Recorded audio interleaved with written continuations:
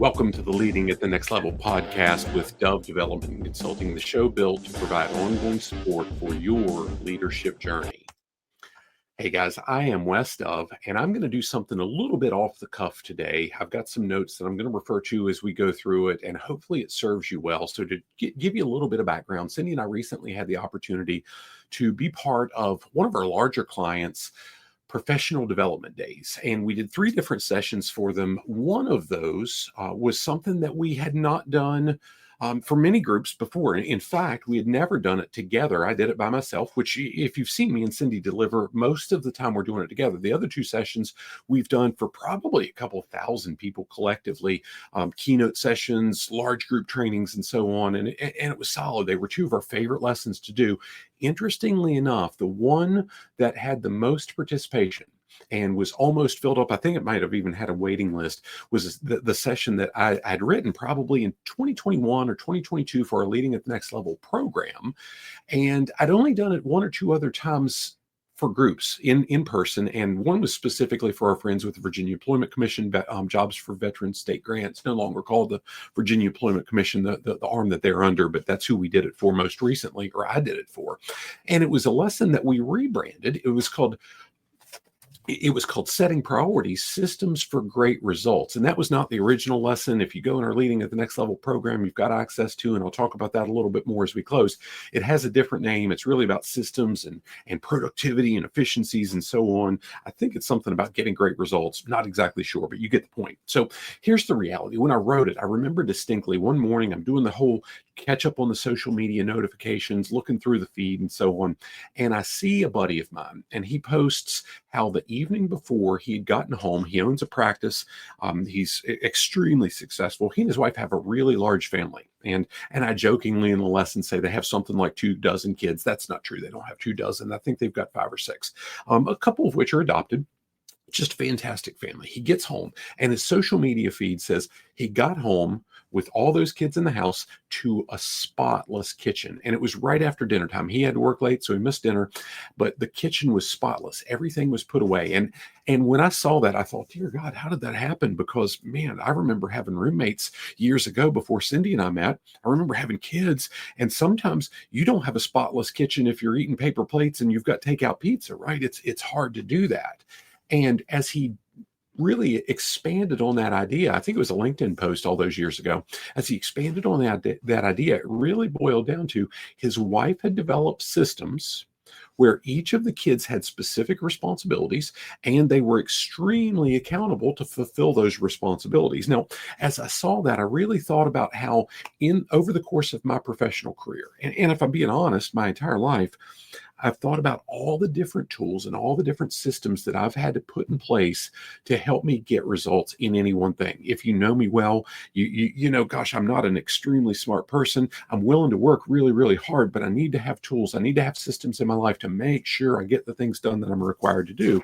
So that really spurred me to write the lesson. Now, I thought back over the 20 or so years in my professional career at that point in time, and I thought, gosh, I remember reading for the very first time, maybe in 01, 02, 03, somewhere in there, a book called Stephen Covey called The 7 Habits of Highly Effective People. And one of the things that stood out to me about that book was his idea of keep the main thing the main thing.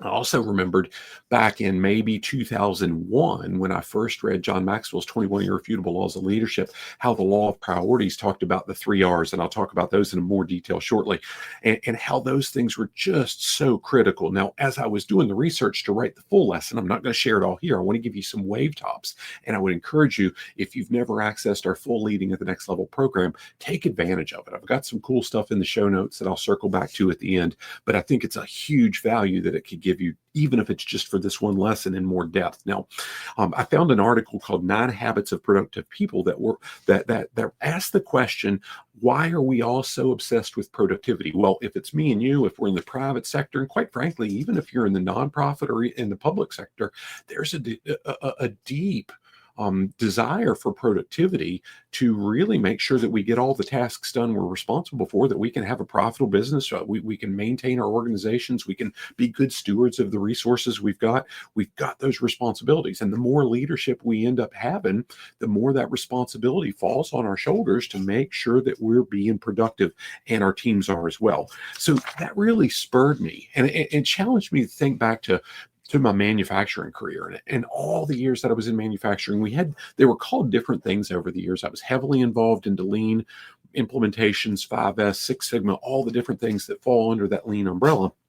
And I remember being intimately involved with this thing called standardized worksheets and job breakdown sheets that really walked through, if you've got to do a job, how can you specify in detail every specific exact thing that goes on and how you perform that task?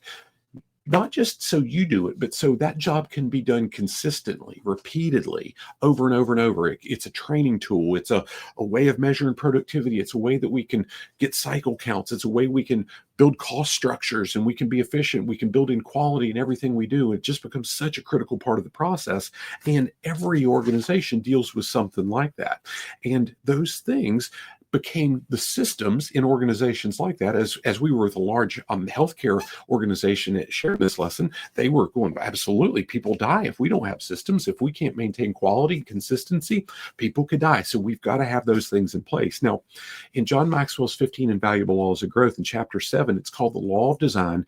He shares the definition of a system, but he also shares this from a guy named Michael Gerber, where he says, systems permit ordinary people to achieve extraordinary results predictably. Now, guys, I'm going to tell you, in my life, systems have been the one thing that have allowed me to get what I would say are remarkable results, extraordinary results even, right? And I can do it predictively over and over and over. As I shared the lesson yesterday, just a few days ago, I'm thinking through it and going, my goodness, in the last couple of years, I barely graduated high school because I absolutely refused to read books and I refused to write essays and things like that. But in the last 2 or 3 years, as I share this, I've written almost 4 complete book manuscripts, 2 of which have been released and made #1 Amazon bestsellers. The third is coming out in just a few months, and the fourth is almost done that we'll be working with some publishers on. And that's because I've got systems, because, hey, the reality is those things weren't anything to do with our revenue producing work. We're over and above whatever else we were doing. But gosh, I've met people that it's taken years and years and years and they've said, I'd like to write a book one day, and they never did. And I'm not saying any of that to brag. I'm saying systems were the key behind all of that. Now, let's think about what I shared with John Maxwell in those 3 R's. And I'm not talking about reading, writing, and arithmetic, because that's what I thought it was originally. I'm thinking, all right, this is going to be easy. I know reading and writing and arithmetic. I learned that in 2nd or 3rd grade, but that's not what he talked about. One of the articles that I read as I was studying for the full lesson, I found something called 18 Habits of Highly Productive People and what they all have in common. And it had a quote in there that said something along the lines of, we've all known that person who can seem to get an hour's worth of work done in 20 minutes. Now, as I shared the full lesson, I gave a quote there, or a saying that I've heard over and over and over. I've grown up, I've lived most of my life in the country, not where I've got water and sewer lines like in a city or in a municipality. We have septic fields, right? And I've heard this thing that when the grass is always greener on the other side of the fence, sometimes it's over top of a septic system. And you know what makes that grass greener? It's usually the poop in the septic system, right? But the reality is sometimes, not all the time, sometimes that guy actually is getting an hour's worth of work done in 20 minutes. It's not just perception. It's just not the septic field making that grass look greener. It's because he's got intricate, really, really effective systems that he's put gobs of time and energy into to make sure that those systems help him get great results that most people from the outside looking in think, wow, he's getting an hour's worth of work done every 20 minutes. And maybe he is, but it's because he's invested heavily into building those great systems. Now, as we went through that, and I'm flipping through some pages to make sure I hit the high spots of the notes, as we went through that, and we talked about different productivity tools, I shared a bunch of different ideas that I'd researched in putting together the lessons. But the reality really boils down to for me and for every busy professional, everybody in a leadership role carrying a lot of responsibility, I don't need a lot of things. I need some simple things that I can do, because indefinitely the stuff's going to hit the proverbial fan. And when it does, if the things we have in place aren't simple, it's going to be really, really hard to sustain. One of the tools that one of the many articles that I referenced in the full lesson, it talked about a calendar. And I'll tell you, for me, a calendar has been the most important thing that I've been able to use for the last 25 years. I remember just as soon as Cindy and I got married, I bought a Palm Pilot. Wasn't because I was a nerd, because I didn't know technology much, but I realized I could carry it around in my pocket. I could build in reminders and notifications and all these things to systematize things. It went from there to a BlackBerry. I remember having a BlackBerry when they were out, and thank God those things are gone, because that little flashing light when you had a notification was just tough to keep up with. They called it a Crackberry for a reason, right? And now my iPhone, and I'm able to keep my Google Calendar tied to my iPhone and build those reminders into all the different things I put on my calendar, so I can make sure that I have planned out and I could get the necessary things done. I make out time on my calendar every day. But even in doing that, regardless of how you use whatever system it is for you, you need to make sure it fits. Now, before I go into how we can each do that, and I talk about some understanding ourselves and at a level that we can do, I want to stress to you, I heard somebody once say, gosh, if I get too systematic, if I build in too many things, it's going to remove my authenticity. I won't be able to be genuine in what I do. And what I'm going to challenge you with is, if you're willing to be authentic and you're intentional about being genuine, you're going to be authentic and genuine. If you're not an authentic and genuine person, it doesn't matter if you do or don't have systems. It's just not going to be there, right? And I would argue that if you build good systems in place, and you do the proper planning and you do the prep work necessary, then those systems will give you the variance, will give you the bandwidth, if you will, so you can be more systematic, but you can be more genuine with the folks that you interact with. You don't have to think about the little details. The little details are taken care of. You can make sure whatever you're doing is personal to the individual you're interacting with, and that's where it becomes powerful. Now, in doing that, if we're going to sustain it, I mentioned the systems are going to help us sustain whatever we do. But the reality is, if I build a system for me, it's very unlikely that Cindy will be able to use that same system, because we're wired very, very different. Now, there's a fellow that I'm going to say probably 200 years ago, there was a guy named Confucius, and he said something along the lines of, part of life success is really knowing ourselves. That helps us be effective in whatever we do. Now, over the last 25 years, I've learned that what energizes Cindy, what she gets fulfillment from, and what energizes me, what I get fulfillment from, are likely two different things in any given moment. She enjoys a lot of detail. She likes relaxing things. She likes thinking through the processes and procedures. I like getting shit done. I don't like sitting still much. As I take the time to share this, it's tough for me. If you would see me on the video live, you'd see that I'm moving around a lot as I do it. And that's just how I'm wired. I like moving fast. I like getting results. And we've really come to understand that in depth by completing a scientifically validated DISC assessment. I could have a whole conversation with you about all the different types of DISC that's on the market. It's not about that, but the reality is all things are not created equal. All DISC is not created equal. And if you've never completed a scientifically validated DISC assessment, or if you've completed some of the crap ones that are on the market, you may not understand everything I'm talking about here. But the reality is, when I learned to understand not just the assessment itself, but the science behind it, the full DISC model of human behavior, and I learned both my strengths and my blind spots and how to prepare for both, I was able to develop systems that not only complemented my blind spots and my weaknesses, but really helped me sustain in my areas of strength. And in that full lesson, I go into what we need to do and how we can consider that as we're building systems to help ourselves sustain it. But we also need, in many cases in leadership roles, we need to help our teams build systems so they can get their work done. And if we're building a system for a team member and it's not one they can sustain, we're wasting our time and theirs. But if we can recognize how they're wired, where they get fulfillment, and what they need from a process, then we've got a likely shot that we can build that system in place so they can get sustainable systematic, predictable results over time that will dwarf the competition, that will give so much better effectiveness and productivity that they may never achieve any other way. That septic system is no longer what makes the grass green. It's the stinking system that we've put in place that really helps us produce results. And again, it's very, very different for each of us. Cindy's systems, and she lives by systems as well, are wildly different than my systems.